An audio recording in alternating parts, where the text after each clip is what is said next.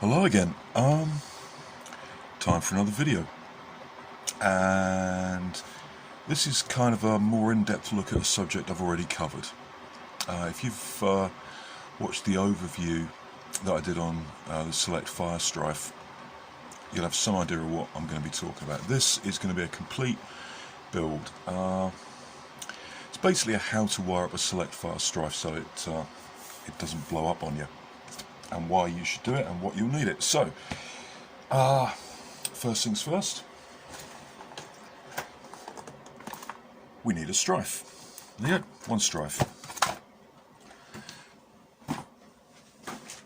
Then we are going to need this little lot, because of how the Select Fire Kit circuit boards fit in.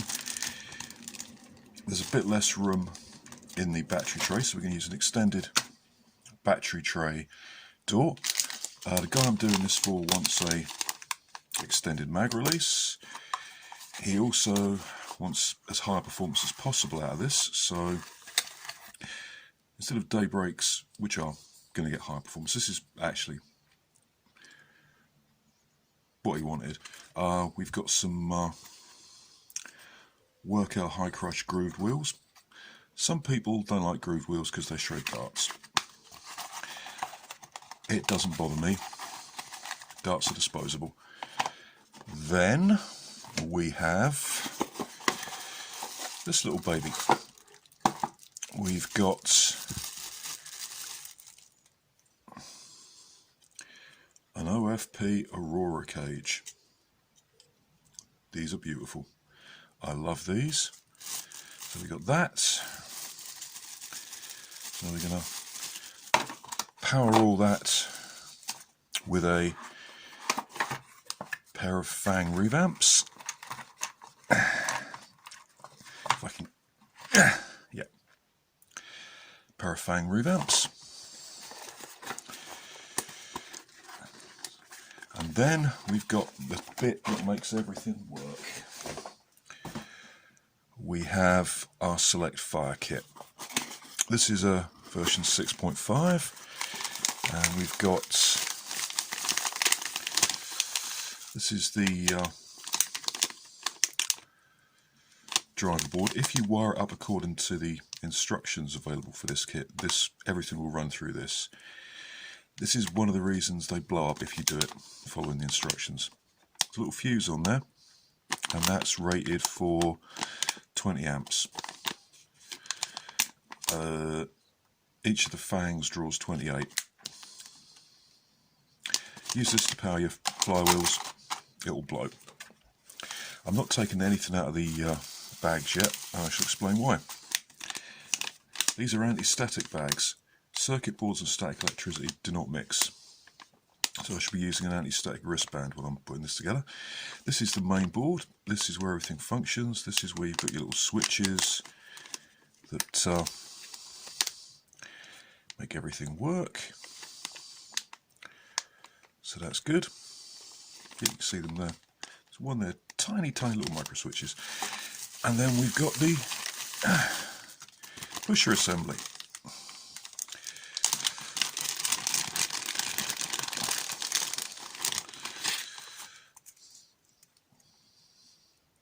And that's it.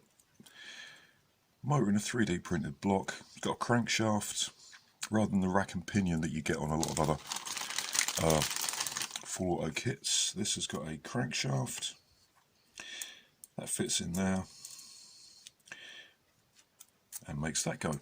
That just plugs into the long thin circuit board. And then we've got a bunch of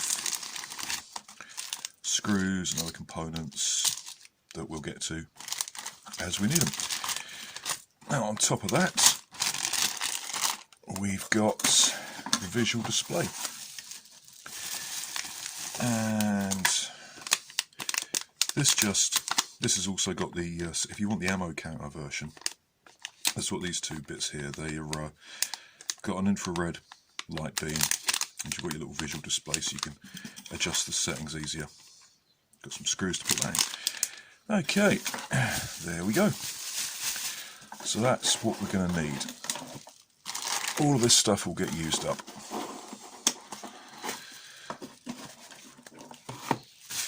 What you're going to need for tools? What are you going to need for tools? Well, you're going to need, obviously, oh, I forgot the other components. Silly me. Go back to that bit. We've got heat shrink. We've got some epoxy putty for seating our replacement rev trigger switch. This is a 21 amp Omrunner ISK clone. And then we've got our XT60 battery connector and some heat shrink and a couple of, I'm going to use a couple of cable ties to keep all the wiring nice and neat. So that's your materials. Tools. I'm going to use a magnetic tray to keep the screws in place. You're going to need a soldering iron. Not that you actually have to do any soldering onto the board itself, which is nice. Oh, wire. I'm going to need wire. Almost forgot that, didn't I? That's 16 AWG silicone hoppy wire. All good. There's a little bit of shell cutting to do to fit the kit, as well as the rev trigger switch. So I'm going to use a rotary tool with that bit. Is that in focus? Well, don't know if you can see that. That's a router bit. That's really useful for removing bits on the inside of shells. Hobby knife, obviously. Screwdriver. Solder. And then we've got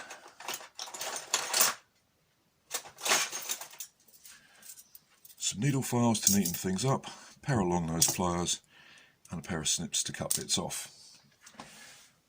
And a Sharpie to mark out all the bits that I'm going to cut off. So that's the first bit. That's all the stuff you're going to need. And the next stage is to get everything ready. So what I'm going to do is go through stripping the Stryfe down.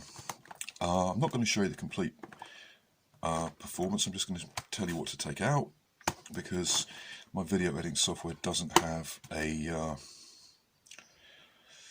fast forward bit. You can't speed up clips, which means you'd have to sit through an hour of me trimming things out. I'll show you a little bit of it to get you an idea, and then show you the finished job. Okay, I'll get all this cleared away, take the Stryfe out of this box, and get down to stripping it out.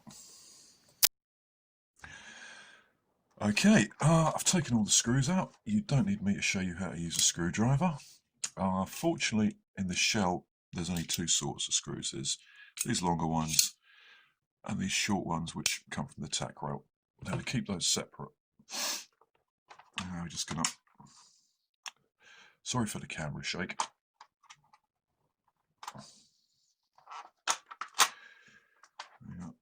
Take the shell and put the jam door there. Don't need that for the moment. So, put that in there. What are we going to get rid of? Well, pretty much everything. I'm going to keep the sling points. We're going to keep the rev trigger for the moment, keep the magazine release for the moment, although that's getting replaced. That won't be done until nearly last. We're going to keep the rev trigger because we are going to split this circuit. And we're going to keep the main trigger, which is needed to operate the kit. Everything else is going to go. And that's going to take a few minutes. So I'll start off by pulling the wiring out. We don't need any of this.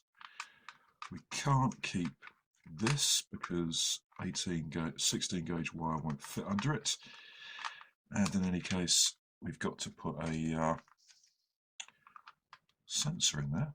Now this is slightly different, this version of the Stryfe. Hasbro do occasionally make changes to things. So I'm going to take this out.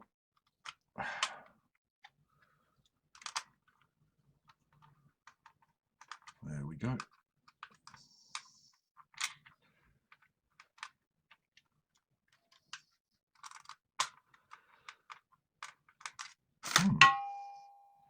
This is proving unusually recalcitrant. I do hope this isn't one of those builds that's going to be nothing but grief.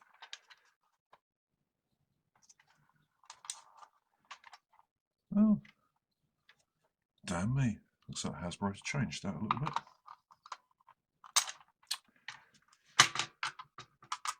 This is subtly different from the last wiring channel I removed. Oh, out, out, out.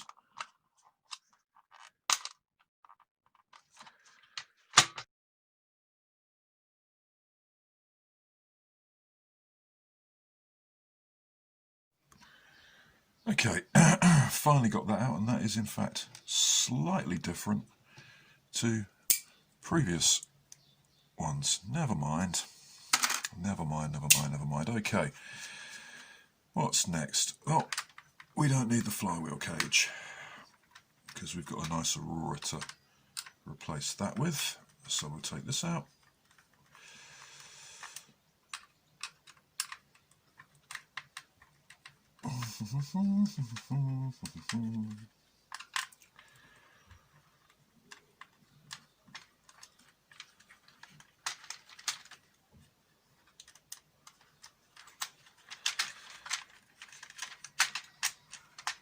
There we go.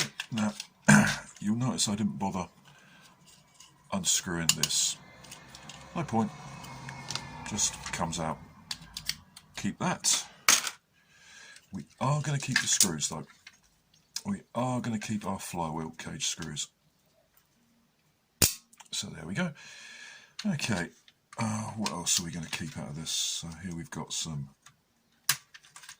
we're going to keep the jam door switch because that'll help keep all the wiring in its right place. So we'll keep that. We don't need this, obviously. We don't need the pusher arm. Although we do need the pusher arm screw. So we can get rid of this. Don't need the spring either, so that's useful. Might come in handy for improving the trigger pull on a Raven. So I'll keep that. Don't need that. Obviously we don't need the little thermistor bit up here. I'll keep that because it might come in handy for a future build.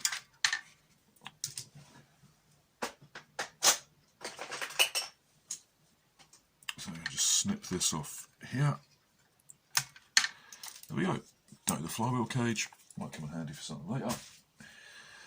We do need the trigger and the trigger retaining screw, so we're going to keep that.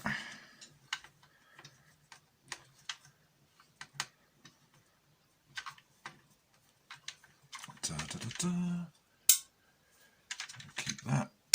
And let's cut this wire here while we're about it. Okay, and then we've got the rev trigger assembly. We do want to keep most of this. I certainly want to keep the cover plate because that helps keep the rev trigger aligned with the rev switch and makes it easier to when you've got your switch in place. Where do I put the switch? That's up here. This has to be set down far enough in so that obviously this will get cut. Don't need that. Has to be set down here deeply enough so that the rev trigger, keep the spring as well, needs to be about there somewhere, so the rev trigger meshes properly with this. If you get it a little bit wrong, the rev trigger can slip off, which is a total pain. So to help keep that in the right place, we're going to use this. That will need some cutting on the inside to hold everything in place, because when this is in place, the rev trigger can't actually slip out when it's pressing against anything. So we're going to mount that under there, round about there. If I can, I'd like to get this so I can use this screw hole to help secure the switch. So that's that. We need those. And the last thing we've got to remove is this little plate here for the magazine lock. This is what stops your Stryfe from firing if you haven't got a magazine in there, and we don't want that.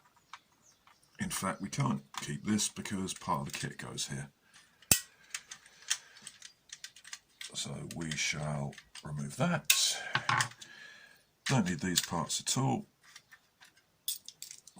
Dump them over there, and we can get rid of the rest of the wiring. Okay, out of the magazine catch, obviously we don't need this. We also don't need this part because the kit comes with a replacement that actually serves to turn the kit on. We do need the spring. We don't need the spring, it comes with a replacement. We do need this little lever here, so I'm going to leave all this in here until it has to be replaced. So while we're here, we better talk about what we're going to have to remove. Now, these little ridges here, I like to remove those. I'll just clip those out and Dremel the stubs off flat. We're also going to have to Dremel off a bit of this. The kit itself needs this part removed so that the pusher mechanism can function properly. A little bit here needs going down by about 1 millimeter. This needs taking off, that needs taking off, this needs taking off, that needs cutting down as well. Probably to, we want that flat, so we want this, all this here taken down to the thickness of this minimum. So if I just squidge this in here so I get an idea of how deep we have to go. Yeah, that needs to be taken down round about to there. You see that? That's about how deep we're going to have to go. So take that off to there and round there. Which also means we're going to have to take these parts out and that out to that depth. And that needs to come down there. Okay, on to the other side. This is the most tedious part of any Stryfe build, clearing out the battery tray. I don't need those dividers. All of this has to go. Normally I take this out as well to make more room for the wiring. Because I can't do that, we have to use an expanded battery tray. So all this stuff has to go. And before we can pull those out, I'm going to snip off some of the plastic that holds them in place, because that makes pulling them out an awful lot easier.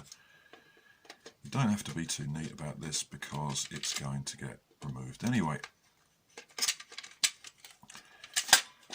So we're going to take our cutters in this case and remove that. That's rubbish, we don't want that. So all of this has to go, all of that has to go, all of that has to go. And the way I'm going to do that is first off by just cutting down with a pair of clippers just to get the worst off, and then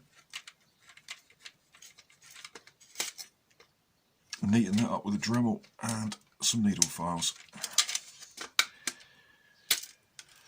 There we go. I'll just clip that out.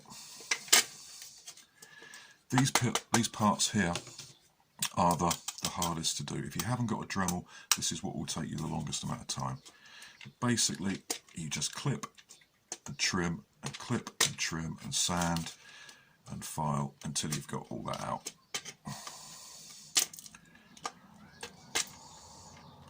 Like I say, you don't have to be precise about this because it's all going to get ripped out anyway.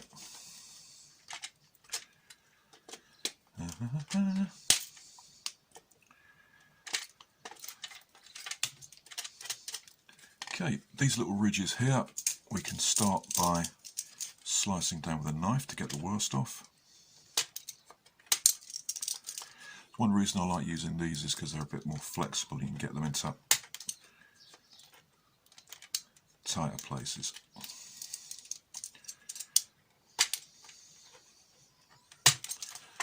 There we go.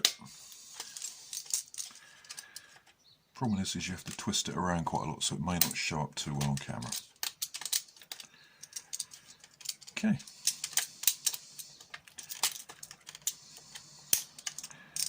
So, I'm going to take a pair of flat-headed cutters, basically just cut as much of this away as I can. Okay, so that's that pretty much reduced down, and now there's going to be the noisy part. Rotary tool set on a fairly slow speed setting, would have out a bit, and I am just going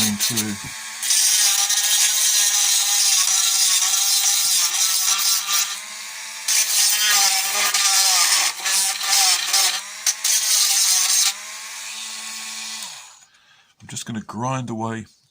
Here, I'll do a couple of these bits to show you what you should be looking at.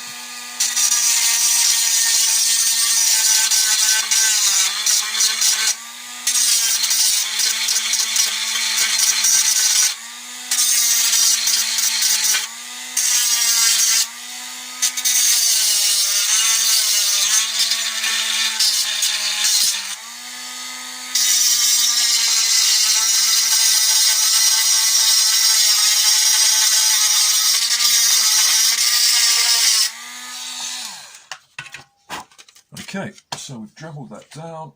Now we're going to take our needle files and we're going to just finish that off, because the object is to make as much room as possible for your battery.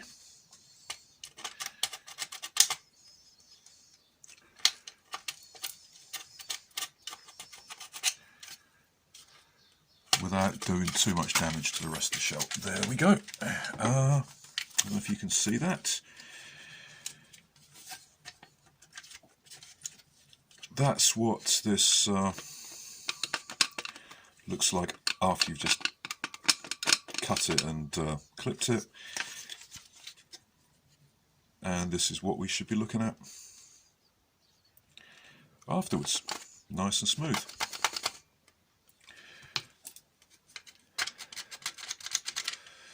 You can be too neat about this, you know, you're not going to get this completely as if those ribs and what have you have never been there, but as long as there's nothing sharp or jagged pointing up and you've got enough space for your battery, you're sorted. Okay, I shall finish that off and then we'll go on to the cutting.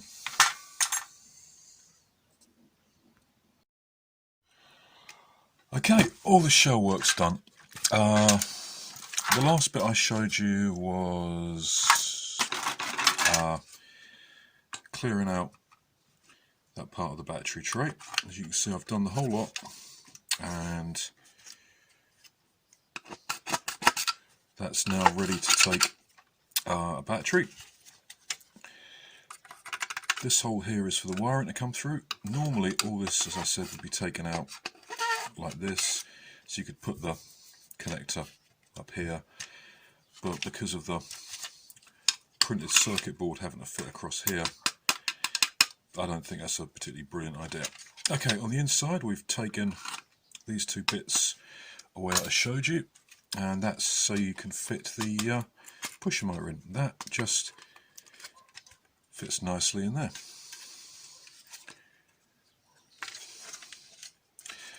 You will notice that the motor's actually at an angle for some reason. I suppose they did that so it would fit. This is a 180 size motor. It's got quite a lot of torque. Anyway, that will just bang connect to the circuit board there, so that's good.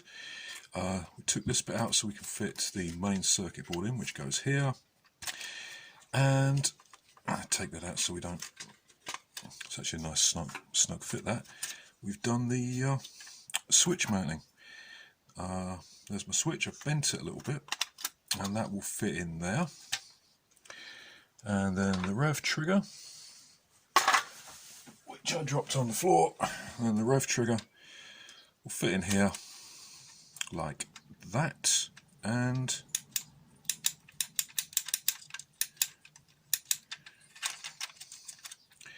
you see what I mean about it being prone to popping out. So this is the original cover plate. I've taken a bit off here and here for the switch to sit in, and I've taken that off so it doesn't interfere with the lever. So basically the whole thing, and this is going to be quite hard to hold together, is going to fit in, yeah, thought so, going to fit in like this, and then that will fit on top there. There we go, that will fit in like that, get screwed down, and yeah, I'm going to have to hold that, so basically you're getting a picture of my thumb. So if I put that there, hold that in there we go. And that will stop that rev trigger from coming out of alignment. Now that is going to be quite a tight fit in there, but there's enough space because it's just going to be, this is basically going to be a semi-auto wiring this part of the wiring, because the normally closed doesn't come into it. Okay, so that's that side, that's all done, ready to get on with the wiring. And on this side there's a couple of things I've done, one of which is I've taken these right down, because as you can see when the switch is mounted like that, those would probably have interfered with it. So I've taken those down, and I forgot to mention that the kit wants you to take off one of these little bits here. I found it's best to take the whole lot off. Anyway, that's all the shell cutting done. I reckon that's enough for this part. So with all that done, we're ready to install our Select Fire kit, and that's going to be fiddly. Okay, I think that's the end of part one. So far so good. I look forward to talking to you again in part two, when we'll actually get to the wiring and switch installation and how to wire it up so it doesn't blow up on you. Fantastic. As usual, comments in the comments section, subscribe, like, share, and thank you for watching.